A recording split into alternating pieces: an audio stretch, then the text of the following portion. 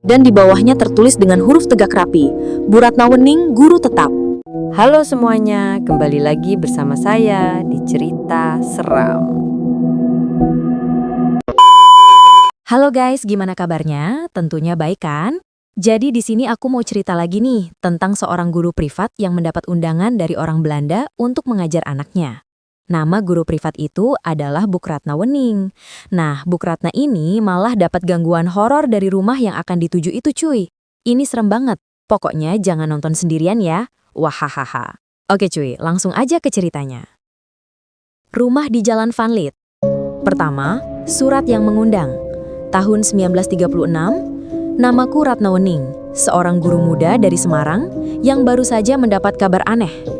Sebuah surat dari seseorang bernama Tuan Van Lith, pengusaha Belanda yang konon sedang mencari guru privat untuk anak perempuannya di daerah Magelang.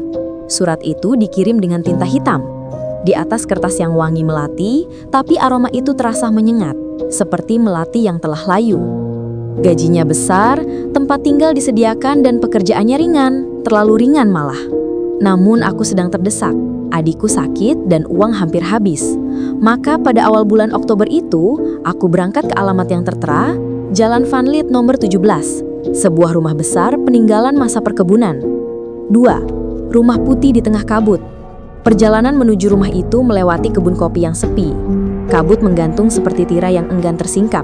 Saat kereta kuda berhenti di depan gerbang, aku mendapati bangunan besar berarsitektur Belanda. Jendela tinggi, pilar megah, namun dindingnya sudah mulai retak. Seorang wanita pribumi menyambutku. Mbak Siti, kepala rumah tangga di sana. Jangan keluar kamar setelah tengah malam, Nona. Katanya dengan nada lembut tapi tegas. Aku mengangguk, menganggap itu sekedar larangan rumah bangsawan. Tapi malam pertama di sana membuatku mulai ragu. 3. Anak kecil di tangga. Sekitar pukul 11 malam, saat aku menulis di buku harian, ku dengar suara langkah kecil dari arah lorong. Tap, tap, tap. Ketika ku longok, aku melihat seorang anak perempuan mengenakan gaun putih berdiri di tangga. Rambutnya panjang, matanya kelabu. Apakah kau putri Tuan Van Lith? Tanyaku. Ia hanya tersenyum lalu berlari ke arah bawah. Pagi harinya, saat aku bercerita pada Mbak Siti, ia pucat. Tidak mungkin, Nona. Nona kecil Anneliese sudah meninggal 2 tahun lalu, terjatuh dari tangga itu. 4. Ruang kelas yang tak pernah sepi. Namun, keanehan tak berhenti di situ. Saat aku mulai mengajar di ruang kelas, sering ku dengar suara anak-anak lain tertawa pelan di pojok ruangan, padahal hanya aku dan meja kosong di depanku.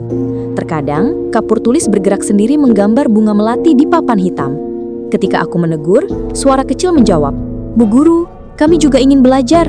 Malamnya, aku terbangun oleh suara nyanyian anak-anak Belanda. Slap, kinca, slap. Tidurlah anak kecil, tidurlah. Suara itu terdengar dari loteng, yang katanya sudah lama dikunci. 5. Ruang loteng. Suatu malam, rasa ingin tahu mengalahkan rasa takut. Aku membawa lilin dan kunci cadangan yang kutemukan di meja kerja Tuan Van Lith. Tangga kayu ke loteng berderit pelan. Udara semakin dingin. Begitu pintu terbuka, aroma busuk menyeruak. Di sana, terdapat beberapa meja kecil berdebu, boneka Belanda yang kepalanya retak, dan di dinding, coretan tangan anak-anak. Tulisan itu memakai arang dalam bahasa campuran Belanda dan Melayu. "Kami tidak mau tidur, Papa membakar kami." Jantungku berdegup kencang. Saat aku mundur, kulihat di ujung ruangan. Anak-anak kecil berdiri, tubuh mereka gosong sebagian, bola mata mereka putih semua. Di depan mereka, sosok perempuan dewasa memakai gaun putih panjang, kulitnya kelabu, dan dari dadanya menetes darah hitam. "Bu Guru Ratna," katanya dengan suara datar, "ajarkan kami lagu yang bisa menenangkan Papa." 6. Rahasia Van Lith. Keesokan paginya, aku nekat mencari catatan lama di perpustakaan rumah. Kusibak tumpukan arsip, hingga kutemukan buku diary Van Lith. Tulisan tangannya kasar dan menurun ke bawah, seperti orang gila. Anneliese tak mau tidur, anak-anak pekerja juga terus bermain. Mereka menolak perintahku. Mereka kotor, mereka bukan manusia. Maka aku bersihkan mereka dengan api. Aku menutup buku itu dengan tangan gemetar. Berarti, anak-anak yang kulihat itu adalah arwah para pekerja pribumi kecil yang dibakar hidup-hidup bersama putri Van Lith sendiri. 7. Malam terakhir. Aku berniat kabur. Malam itu, aku berkemas diam-diam dan menuju gerbang. Tapi sebelum aku menyentuh gagang pintu, angin besar bertiup. Semua lilin padam. Suara langkah kecil terdengar di seluruh rumah. Ratusan langkah kecil. Dari cermin di depan tangga, kulihat diriku berdiri. Tapi wajahku bukan wajahku lagi. Itu wajah Anneliese. Senyumnya perlahan muncul di bibirku sendiri. Padahal aku tidak merasa tersenyum. Bu Guru Ratna, suara serentak dari seluruh arah.